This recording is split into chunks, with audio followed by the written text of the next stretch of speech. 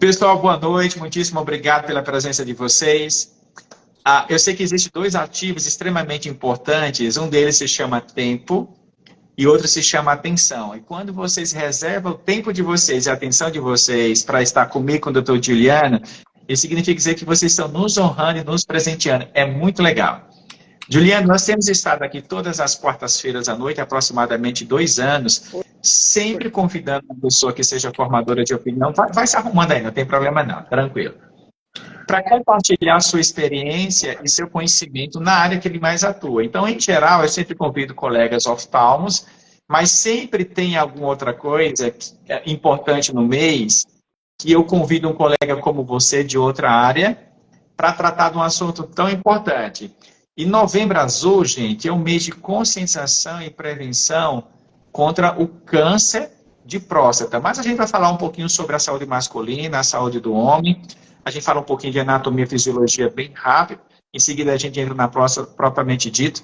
Eu queria que vocês aproveitassem, vocês estão vendo aí no canto inferior direito da telinha de vocês, ó, o aviãozinho, pelo menos 3 pessoas, de preferência homem, claro, né? Se vocês puderem, envie para um amigo, um vizinho, um parente, um colega de trabalho, e ó, chame ele para vir aqui, para estar conosco aí nos próximos 30 minutos, para a gente conversar um pouquinho sobre um assunto tão importante.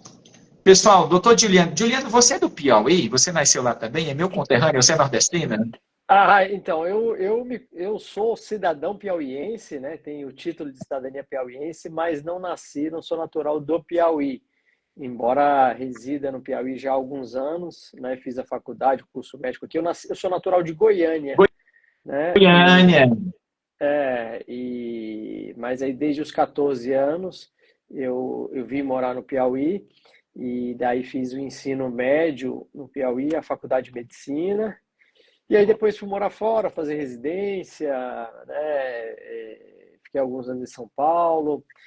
Voltei para o Piauí, aí depois também tive uma outra temporada em São Paulo para fazer pós-graduação, mestrado, doutorado. E hoje, os caminhos da vida acabaram me levando a uma outra caminhada, que é de montar um consultório em São Paulo. Então, desde esse ano, né, meio do ano, março precisamente, eu abri um consultório em São Paulo. E aí fico em Teresina, maior parte do tempo, mas tenho me dedicado também ao consultório de São Paulo. Joia! E isso é bom, porque você acaba interagindo com diferentes culturas, comportamentos, jeito, e você domina os dois lados, porque você viveu muito tempo no Nordeste, fez sua formação, boa parte da sua formação aqui, fez a sua graduação no Piauí, mas é aqui para o servidor público estadual. Eu fiz o internato, na minha época, Juliano, eu acho que eu sou um pouquinho mais velho que você, cara. Estou te ouvindo com algum delay, eu não sei se é a minha internet ou é a tua. Tá com um pouquinho de delay, agora é isso. Coloque 5G. Agora congelou um pouquinho, parou um pouquinho, Juliano. Pronto. Vamos ver se melhora agora. Sem dúvida nenhuma, né? Eu acho que assim, obviamente São Paulo, por mais que hoje a gente viva no mundo globalizado, né, é inquestionável que o avanço, né, tanto da parte tecnológica, chega primeiro em São Paulo. Então, eu acho que continua sendo o maior centro, né, de saúde, vou te falar, do hemisfério sul, né, muito provavelmente. Vou falar nem do Brasil, né? Nem de Brasil. Isso. São Paulo realmente é uma locomotiva do ponto de vista econômico, também do ponto de vista cultural, do ponto de vista acadêmico.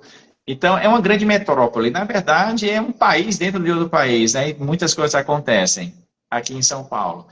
E estamos aqui já quase 3 décadas. Meu Deus do céu, como o tempo passa rápido. E resolvemos investir nos últimos 2 anos no digital exatamente para isso, Juliana, levar conhecimento com embasamento científico e experiência com pessoas que são formadoras de opinião como você, que tem tanta experiência num assunto que é tão importante. E é interessante esse tipo de live, Juliana, porque a gente...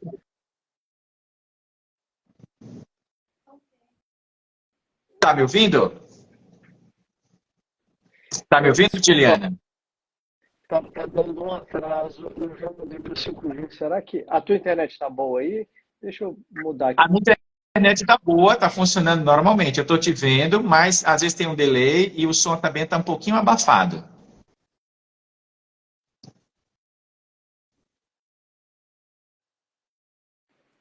Vamos lá, vamos lá, vamos lá. Vamos lá. Muito bem. Então, desculpe que eu não peguei o teu último comentário. Se você fez alguma pergunta, passou sem que eu pudesse não tem ouvir. problema. Tranquilo. A ideia também, Juliano, quando a gente traz o Novembro Azul, mês de conscientização e prevenção e combate ao câncer de próstata, é exatamente estimular o homem para que ele tenha essa consciência de preventivamente passar em consulta com o médico urologista. A gente sabe, eu acho que por questão cultural, as mulheres em geral procuram com mais frequência assistência médica, qualquer que seja ela. Homem geralmente espera que sentir uma dor mais forte, um desconforto maior ou um mal-estar que está comprometendo a qualidade de vida dele. Então, ele vai passar em consulta com um colega. E a gente quer também, com essa live, dizer o seguinte, não precisa ser assim. Tanto é que a gente tem uma máxima em medicina, quanto mais rápido o diagnóstico, mais precoce o tratamento, maior a chance de cura. Por isso que você está aqui, Juliana, para falar um pouquinho sobre Novembro Azul, mês de conscientização e prevenção contra o câncer de próstata. Me parece que esse movimento começou lá no final da década de 90, início dos anos 2000, na Austrália. Foi uma iniciativa interessante que acabou se alastrando pelo resto do mundo e hoje já faz parte do calendário preventivo das doenças urológicas. E a gente tem alguns dados que chamam a atenção, né, Juliano? Por exemplo, o câncer de próstata é o segundo que mais mata o homem, só está atrás do câncer de pele. E daí a importância da gente sempre falar de o homem passar em consulta com o médico urologista preventivamente.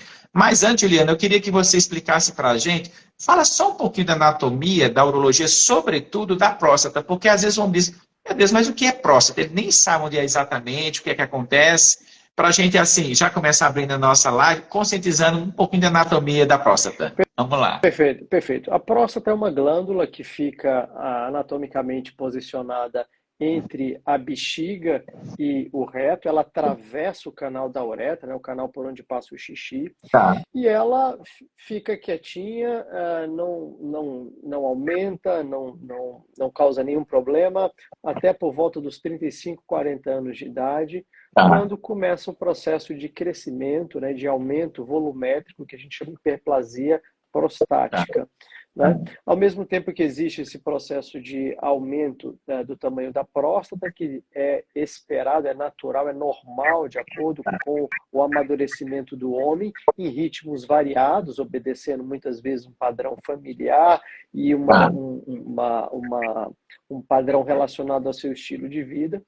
Mas ela pode ser sede também de neoplasia, de um tumor, de câncer. Né? E para que serve a próstata? A próstata é uma glândula que produz 1/3 do líquido que o homem elimina no sêmen. Então, 1/3 daquele conteúdo é produzido pela próstata.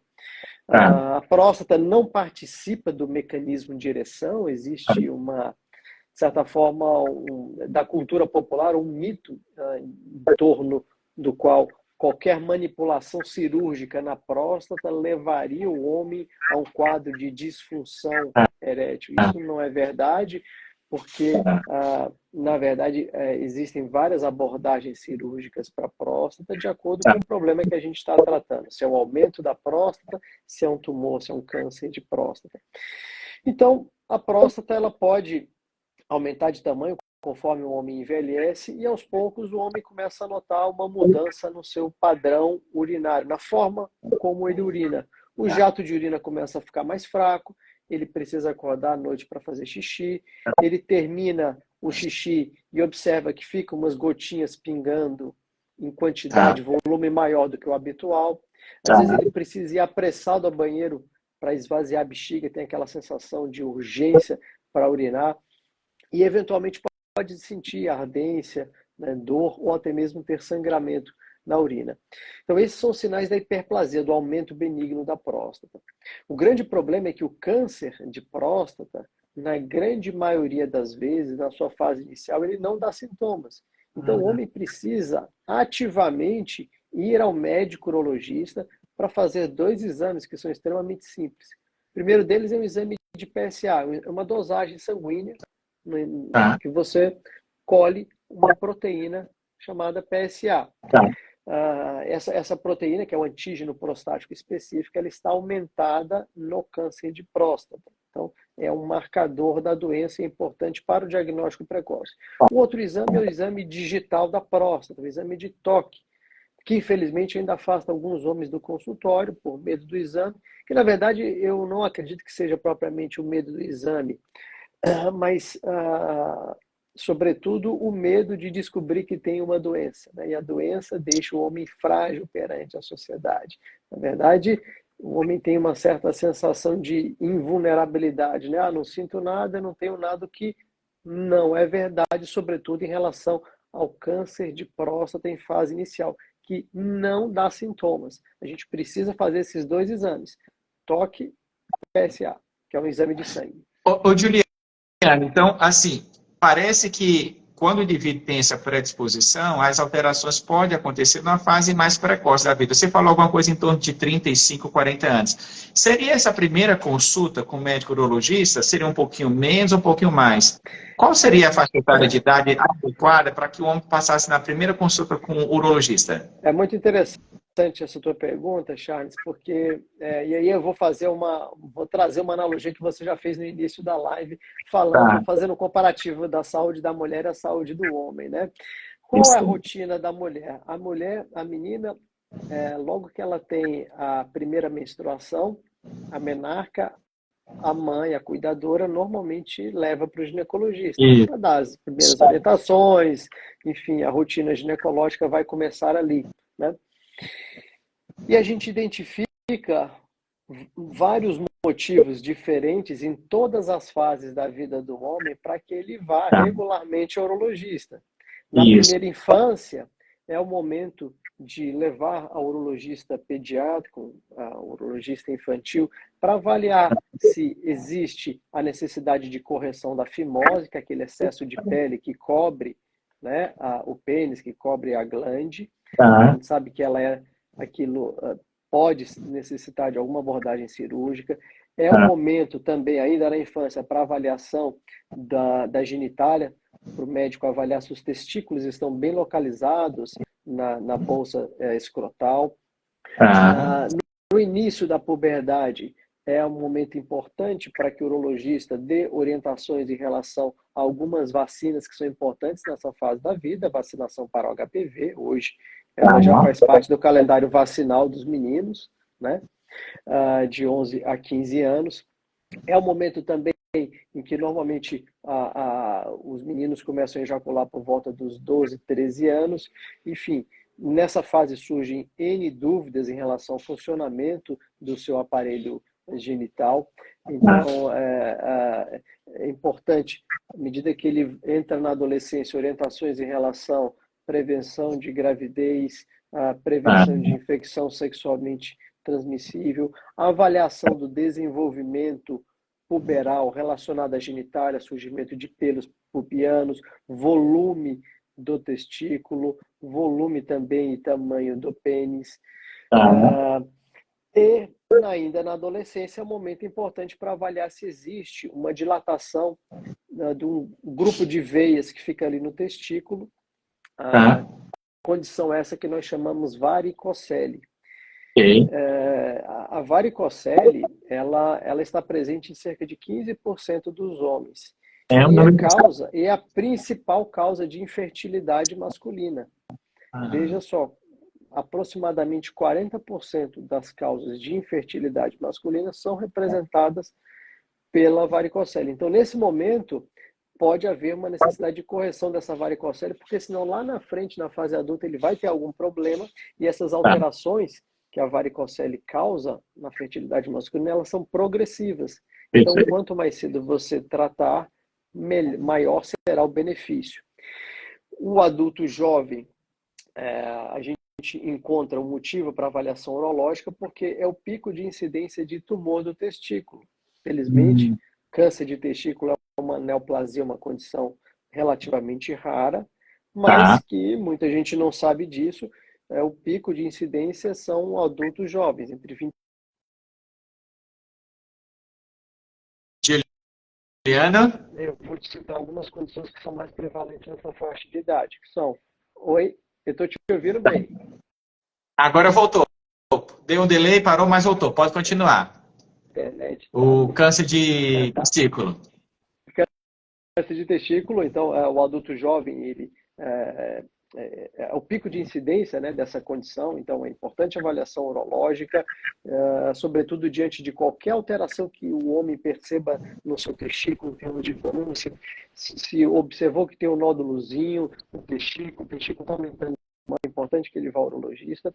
E a partir dos 40 anos, as doenças da próstata se tornam mais prevalentes, é o momento de avaliar um eventual aumento da próstata, diagnóstico precoce, prevenção do câncer de próstata. A partir dos 40 anos, o homem passa por uma queda da concentração de testosterona, que pode trazer várias implicações, inclusive na sua função erétil, né? Então é importante avaliar esse quesito. Então veja que nós traçamos aí uma linha evolutiva desde a primeira infância até a senilidade. Então a ideia, eu acho, do Novembro Azul, além de conscientizar, trazer informações, é conscientizar a população de que o urologista deve ser encarado como médico do homem, assim como o ginecologista é o médico de mulheres. Então, e um detalhe importante, Charles, se o menino começa a ir urologista numa fase mais precoce, adolescente ou pré-adolescente, ele vai ter muito mais facilidade de tratar assuntos relacionados à saúde do homem com o médico, do que aquele homem que sempre, né, ficou ali com a dúvida para ele, a família não estimula que esses assuntos sejam trazidos, sejam comentados. Então, certamente será um homem que vai ter muito mais facilidade de fazer uma prevenção do câncer de próstata, de procurar o médico numa fase mais avançada da vida. Joia, perfeito. Fica então a dica, pessoal. Mães que têm filhos já pequenos, tem que passar em consulta com o urologista. Adolescente, tem que passar em consulta com o uro. Adulto jovem, tá bem. Adulto mais maduro. Ou seja, a saúde do homem como um todo começa na prevenção, e a prevenção é você passar em consulta, não só para fazer essa avaliação médica propriamente dita, mas você ter essas informações preventivas com relação a como funciona o seu aparelho reprodutor. Isso é fundamental. Joia. Eu confesso que eu não tinha essa informação, eu pensei que fosse um pouquinho na adolescência. Eu tenho um filho, 7 anos de idade, já vamos agendar a consulta para passar com você, viu, Tiliane? Tá certo. Agora, a gente vai continuar falando um pouquinho de câncer de próstata, Juliana. Vamos falar um pouquinho de fatores de risco. Porque existe, assim, uma dúvida por parte da audiência. Olha, tem histórico na minha família e não tem histórico na minha família. Será essa questão histórico na família pode ser um fator de risco considerável? Tem alguma coisa associada com genética? Será se a alimentação também pode estar associada com um fator como predisposição para você ter um câncer de próstata? Será se algum uso de alguma droga lícita, não lícita, mas que acaba sendo respeitada, algum vício como o tabagismo? Então, eu queria que a gente assim pensasse idade, histórico na família, alguma alimentação, algum vício, se esses fatores eles podem contribuir para o indivíduo ter uma manifestação mais precoce da doença. Ok. A idade é o principal fator de risco para o câncer de próstata, então isso, em parte, justifica esse aumento da prevalência da doença que nós temos observado nos últimos anos. O raciocínio é muito simples para a audiência que está nos ouvindo. Estamos vivendo mais, né? E o principal fator de risco é envelhecer. Então, se o homem vive mais, ele vai ter mais diagnóstico de câncer de próstata, né? O fator familiar, ele é importante, mas não é o principal. Recebo muito esse comentário no consultório, na minha família não tem histórico nenhum. Ok, isso é bom, mas isso não lhe dá a garantia de que você não pode ter um caso, como nós chamamos, né, Charles, esporádico. A maioria dos tumores de próstata não são doenças com cunho hereditário e familiar. São casos esporádicos, são múltiplos, mais de um fator de risco, e acaba levando ao aparecimento da doença.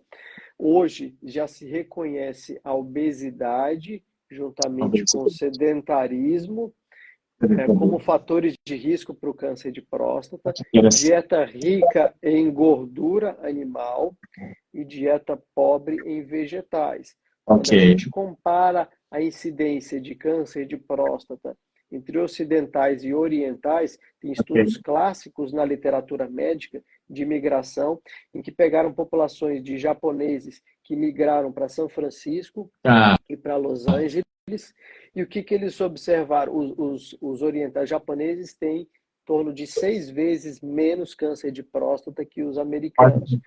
Só que esses estudos de migração mostraram o seguinte: quando um japonês migra para os Estados Unidos, Los Angeles tem bastante, o que acontece? A primeira geração de descendentes tem uma incidência de câncer de próstata semelhante aos nativos americanos. Ou seja, não é o DNA dele que protege, é o meio. Quando ele está no Japão, ele fica protegido. Quando ele vai para os Estados Unidos, ele perde a proteção. Então, isso mostra a importância do estilo de vida na origem do câncer de próstata. Então, qual a melhor forma de você prevenir o câncer de próstata?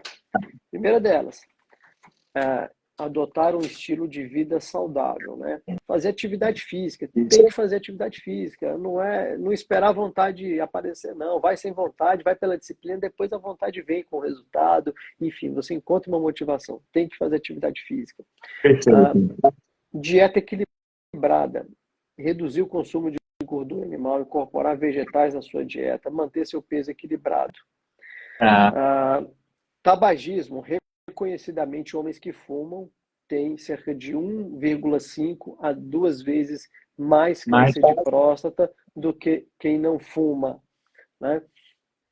O álcool também é um fator de risco reconhecido, né? O álcool altera o DNA das células prostáticas e leva a erros de replicação que podem induzir o aparecimento de câncer. E existe sim um perfil, talvez aí 5% dos tumores de próstata tem um caráter familiar bem definido. Normalmente são famílias em que nós reconhecemos mais de um indivíduo que teve câncer de próstata antes dos 60 anos de idade. Esse é um sinal de alerta que deve trazer, motivar esses homens a uma visita ainda mais precoce do que a habitual que nós recomendamos aos 45 anos. Mas é fundamental o diagnóstico precoce da doença, porque o diagnóstico precoce diminui a chance de morte pela doença. O câncer de próstata tem um alto índice de cura se for descoberto, né, na fase inicial, que é uma fase assintomática da doença. Hoje eu tenho pacientes que operei há 15 anos, e pacientes que estão super bem, né, enfim, e quanto mais precoce a gente faz o diagnóstico da doença, maiores as chances da gente fazer uma cirurgia mais preservadora de nervos, como nós chamamos, com menos repercussões na saúde do homem, menos repercussões no que diz respeito ao controle do xixi e em relação à função erétil. Então, segura, a gente já vai falar sobre tratamento. Segura só um tiquinho. A gente já falou de a gente já falou de fatores de riscos. Você já falou um pouquinho sobre sinais e sintomas que são comuns na hiperplasia prostática. Agora eu queria que a gente entrasse, propriamente dito, na neoplasia, no câncer de próstata. Então, como é que o paciente chega no teu consultório? Vamos pensar assim, uma pessoa de 65 anos de idade.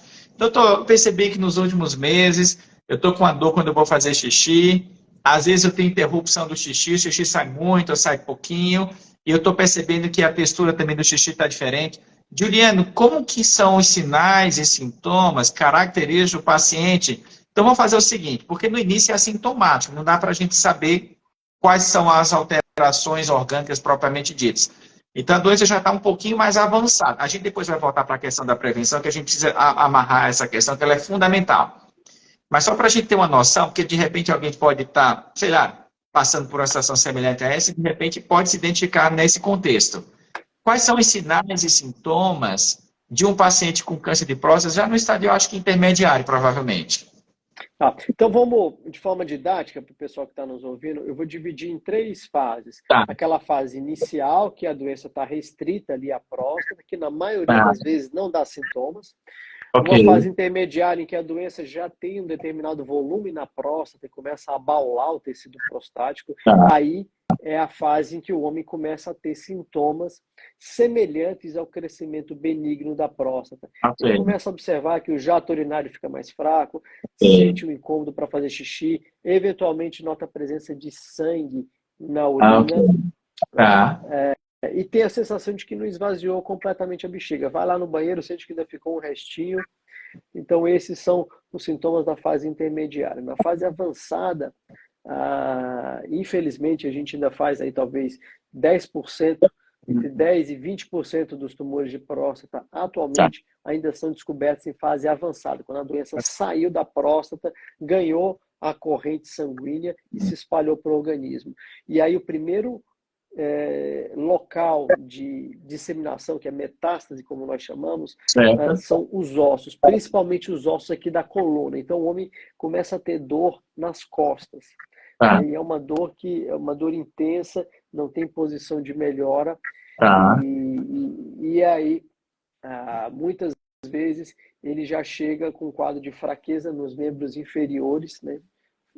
Pelo comprometimento da medula, né, que passa ali no canal vertebral, e normalmente nessa fase já tem até ele não consegue urinar, né, por uma incompetência neurológica da bexiga. Então, quer dizer, isso já é um quadro, né, de câncer de próstata metastático, como nós chamamos, a fase avançada da doença.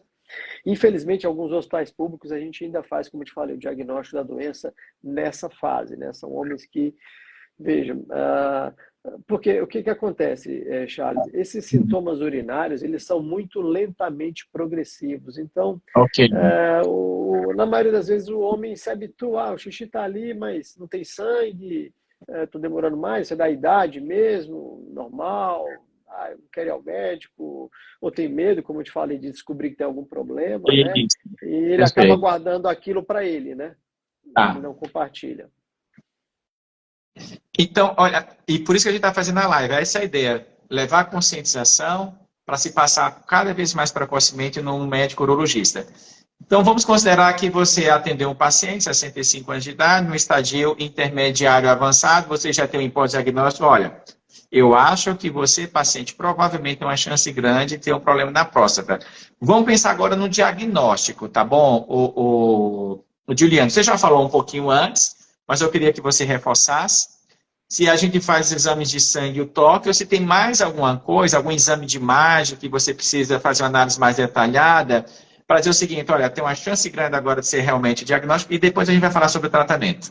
Vamos lá. Perfeitamente. Bom, o PSA e o exame de toque são exames iniciais de avaliação e diante de qualquer suspeita, né, seja por um PSA alterado ou por um exame de toque alterado, a gente pede um exame de imagem, né? Esse exame de imagem se chama ressonância magnética da próstata. Então, essa Tá, ressonância, ela tem a capacidade de avaliar com precisão o tecido prostático e identificar algumas características suspeitas. Então, ela tá. consegue. A gente copiou o modelo das mulheres, né? Eu acho que sempre as mulheres vêm na frente dos homens, né? Se você prestar atenção, Sempre, outubro sempre. rosa, depois novembro azul, né? Isso, Então, esse é mesmo. o rastreio do câncer de mama já está institucionalizado, né? Já as sociedades de especialidade, as instituições públicas, enfim. É uma coisa que está muito bem sedimentada na cabeça da população feminina e masculina, população em geral. Então, as mulheres, a gente sabe da importância da mamografia. A mamografia, ela, né, tem aquela classificação de BIRADS, Tá, você conhece, mas talvez aí a população leiga também conheça, porque é muito frequente ver isso.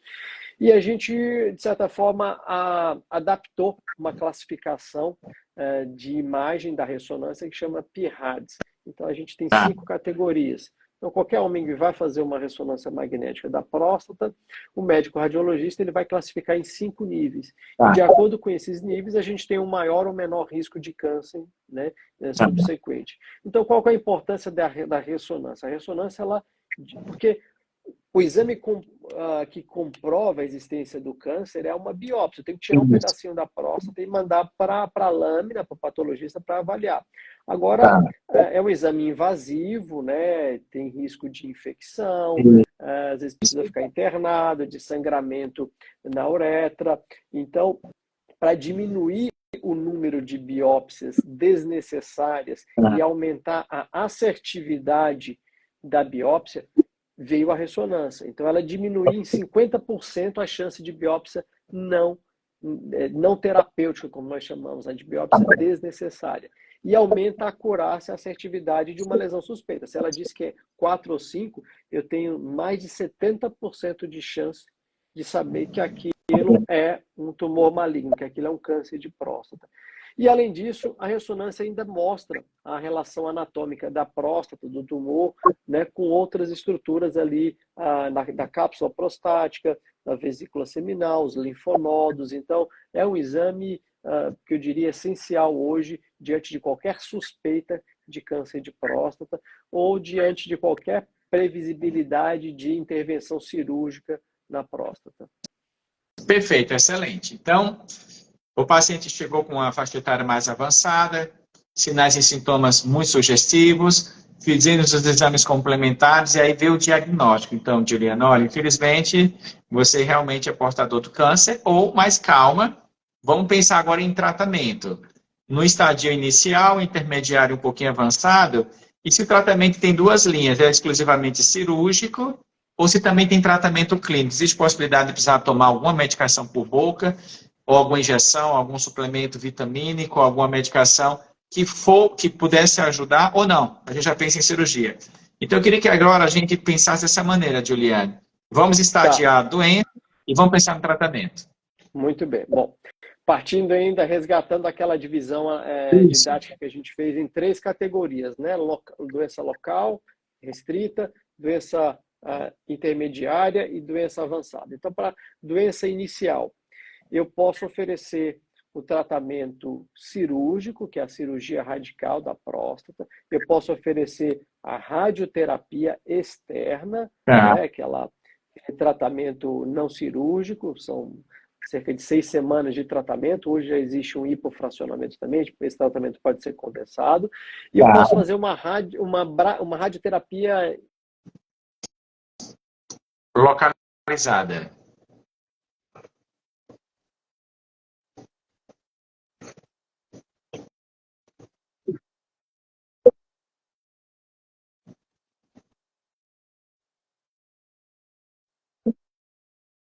Alguns tumores de próstata têm um baixo perfil de agressividade biológica.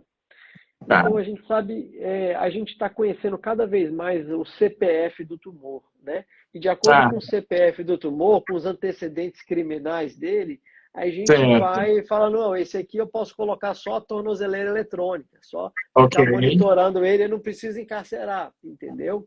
Então, a vigilância ativa consiste no monitoramento ativo da doença sem fazer qualquer intervenção, a não ser que haja uma progressão. Então, você fica acompanhando com biópsias programadas, né? Você tem que ficar colhendo a amostra do tumor para saber se ele progrediu. Você tem que fazer exame de ressonância para ver se aquela massa aumentou, se mudou em relação ao restante da próstata.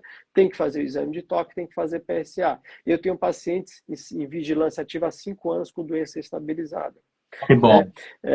Então, isso é fantástico, né? Porque você está acompanhando e a doença, até onde a gente conhece, não está progredindo, né? Então, eu tenho essas opções. Para a doença na fase intermediária, eu uso uma associação de tratamentos. E isso pode ser a cirurgia mais radioterapia, a radioterapia mais uma medicação, que normalmente são os hormônios, que vão baixar a testosterona, vão praticamente zerar a testosterona.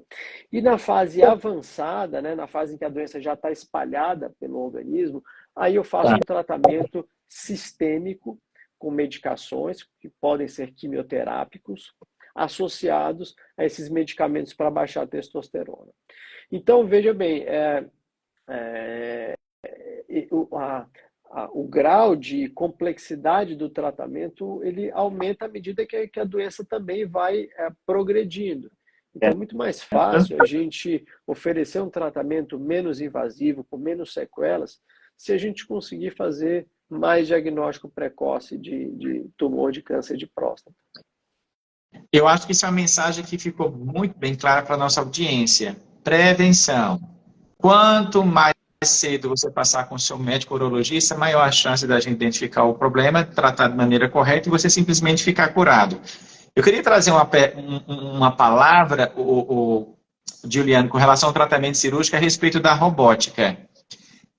Porque a gente vive hoje no mundo pós-moderno, se fala muito em Big Data, se fala muito em metaverso, a gente tem falado cada vez mais em inteligência artificial, e parece que a robotização também tem feito parte da mudança da execução do tratamento tradicional da medicina como um todo.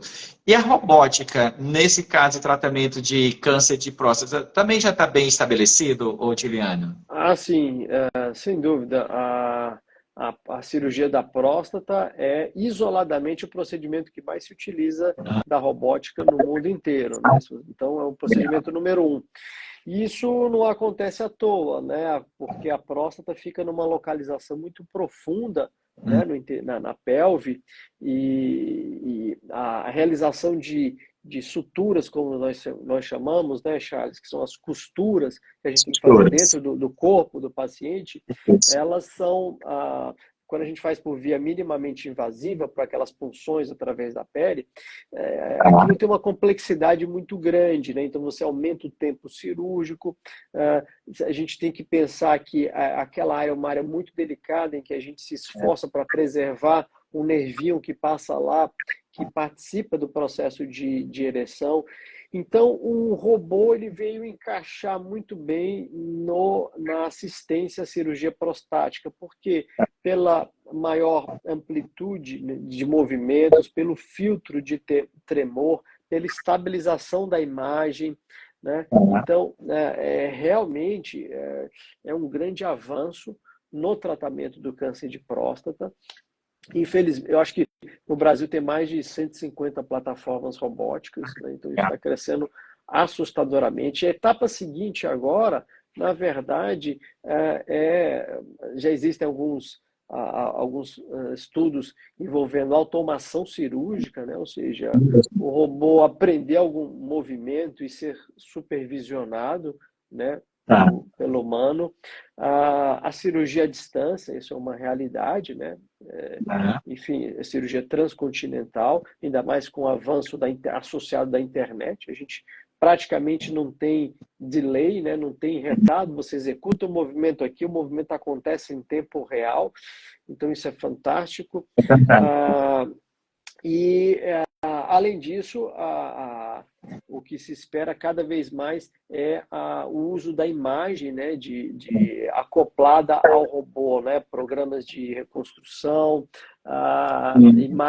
imagem do PET scan, do PET-CT, integrado à plataforma robótica, como uma forma de aumentar a efetividade do tratamento e diminuir a morbidade, que é a agressão que a gente às vezes faz, porque você tem que às vezes tirar demais, e respeitando o princípio oncológico, então com o exame acoplado, né, superposto ali na tela em tempo real, você tem muito mais chances de fazer uma cirurgia eficiente e ao mesmo tempo minimamente invasiva, preservadora das demais funções do paciente. E com muita chance de ter menos intercorrência no intraoperatório e ter um pós-operatório bem mais tranquilo, não é isso, Juliano? Sem dúvida. A gente, né, você otimiza a perda sanguínea, né, perde menos tempo, o trauma aos tecidos, que você gasta menos tempo, então você consegue dar alta mais precoce, menor dor pós-operatória. Sem dúvida é um avanço que veio para ficar, né?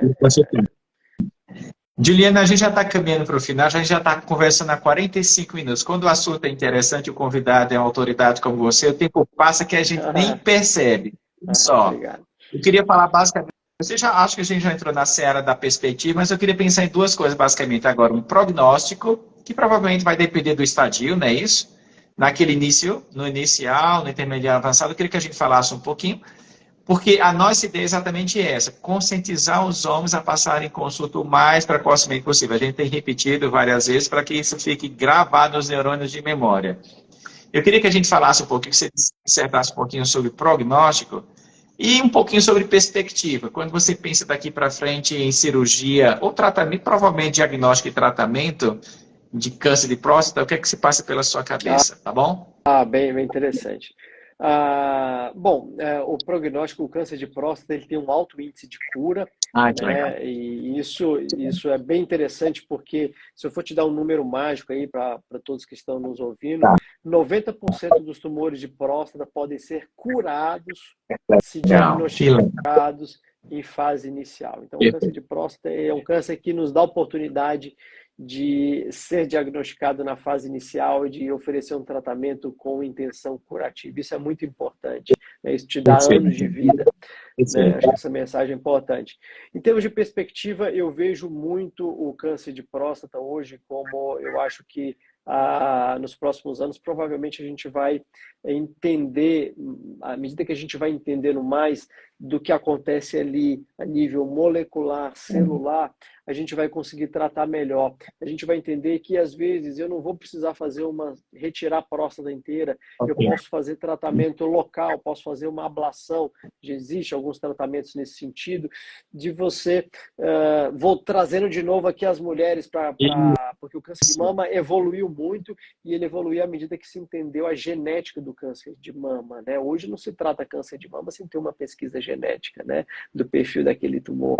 Então, eu acho que isso vai acontecer para a próstata. A gente tem alguns marcadores, né, teciduais e sanguíneos também, que podem nos dizer, né, qual câncer que tem um comportamento, que tem um CPF mais agressivo, para a gente poder, de repente, eu não preciso fazer uma prostatectomia no fulano de tal, eu posso fazer um tratamento só daquela lesão, porque aquele DNA ali, aquela genética ali é ok, ele não tem nenhuma mutação, não tem nenhuma alteração que me remeta a uma agressividade maior. E para aquele que parecia pequeno, mas como ele tem um potencial maior, eu tenho que estender um pouquinho mais. Então, acho que a gente vai avançar muito nisso aí. Joia, perfeito. Juliana, a gente precisa encerrar, mas eu queria que você fizesse suas considerações finais. E se por acaso algum homem quisesse passar em consulta com você, como é que ele faz para te encontrar? Legal. Bom, eu quero agradecer aqui esse convite, né? Enfim, tive a oportunidade de ver um pouco também a tua história, a tua dedicação à academia, que é uma coisa que eu sempre prezei na minha vida, né? Eu costumo dizer que eu não me imaginava assim, percorrer todos os passos necessários da vida acadêmica por satisfação pessoal mesmo. Acho que e o conhecimento ele vai te instigando a buscar sempre mais. Isso é uma coisa muito bonita nesse caminho, é muito florido. Mas como mensagem eu quero chamar mais uma vez a atenção da população masculina e feminina, porque as mulheres são grandes incentivadoras do agendamento de consultas dos homens que circulam no seu entorno. Então, é muito importante. A prevenção, sem dúvida nenhuma, é o melhor remédio. Acabou-se aquela era de que a cirurgia de próstata invalidava o homem, deixava sequelas irreversíveis. Isso é cada vez menos frequente, graças aos avanços no tratamento, inclusive a possibilidade daquele monitoramento ativo que eu falei em fases iniciais. Mas para isso a gente precisa conhecer com quem que a gente está lidando, conhecer o tumor, fazer diagnóstico precoce. Esse é um ponto. Em relação ao nosso atendimento, tanto em São Paulo como em Teresina, na bio do meu Instagram tem um linkzinho lá que você consegue falar no WhatsApp com o pessoal de São Paulo, de Teresina, e diretamente o pessoal está disponível para atender, para, enfim, fazer agendamento e sigo à disposição. Juliano, muitíssimo obrigado por sua disposição, por você ter atendido o meu convite para estar aqui com a minha audiência para a gente conversar sobre um assunto tão importante. Eu acho que foi riquíssima a live. Trouxe informações fundamentais do ponto de vista de consciência, necessidade de passar em consulta preventiva. E mesmo que seja diagnosticada a doença, se for no estágio inicial, você consegue ser submetido de maneira bastante segura e com praticamente nenhuma sequela, ter uma vida totalmente normal. Eu acho que isso é muito legal, tá bom? Obrigado, sucesso. Perfeitamente. E aí eu vou te pedir agora, eu vou fazer o inverso. Se alguém quiser passar, e eu estou precisando mesmo renovar minha receita de óculos, não sei se você faz essa área, depois você deixa lá tá lá na bio para o agendamento, tá lá. Ah, então eu vou lá, TFB. Fechado, teria o maior prazer de te atender, tá bom, Juliano? Pronto, Muito obrigado. vou marcar. Obrigado. Vou marcar. Pessoal, muito obrigado pela presença de vocês. Ó, não tenho dúvida que essa live foi super legal, é muita informação importante e relevante que pode gerar valor na vida das pessoas. Então, ó, clica nesse botãozinho aqui do lado direito, pelo menos 3 homens, gente, pelo amor de Deus, clica e diz, olha, assista essa live, marca uma consulta com o Dr. Juliano, porque você precisa viver mais e viver melhor. Pessoal, muito obrigado. Juliano, mais uma vez, obrigado. Excelente final de semana. Valeu. E a gente se vê até a próxima. Tchau, tchau, pessoal. Um abraço. Obrigado, pessoal. Tchau. Obrigado. Um abraço. Obrigado. Tchau, Maria tchau. Thaís mandou mensagem. Obrigado, Maria. Obrigado. Valeu. Tchau, tchau.